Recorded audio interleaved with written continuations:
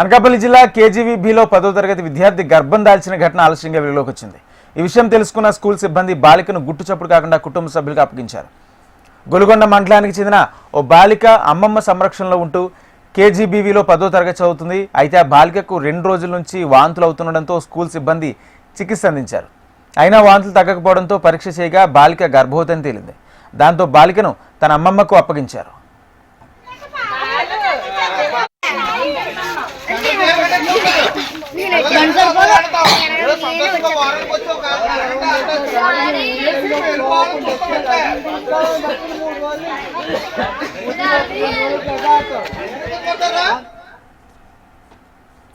గత కొన్ని రోజులుగా గొలుగొండ కేజీవీబీలో పరిస్థితులు అస్తవ్యస్తంగా ఉన్నాయి. 2 రోజుల క్రితం స్కూల్లో తీవ్రంగా జాప్యం జరిగింది. బాలికలు అన్నం తినేసరికి రాత్రి 11 గంటలు దాటింది.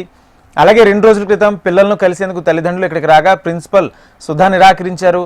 దీంతో వారు గేటు దగ్గర ఆందోళన చేశారు. తాజాగా ఒక విద్యార్థిని గర్భం దాల్చిన విషయం బయటకు రావడంతో ప్రిన్సిపల్ సుధా తన ఉద్యోగానికి రాజీనామా చేస్తారని డ్రామాలు ఆడుతున్నట్లు ప్రచారం జరుగుతుంది. దీనిపై ఇన్ఛార్జి ఎంఈఓ సత్యనారాయణ ఆమెకు ఫోన్ చేసి వివరణ అడిగారు.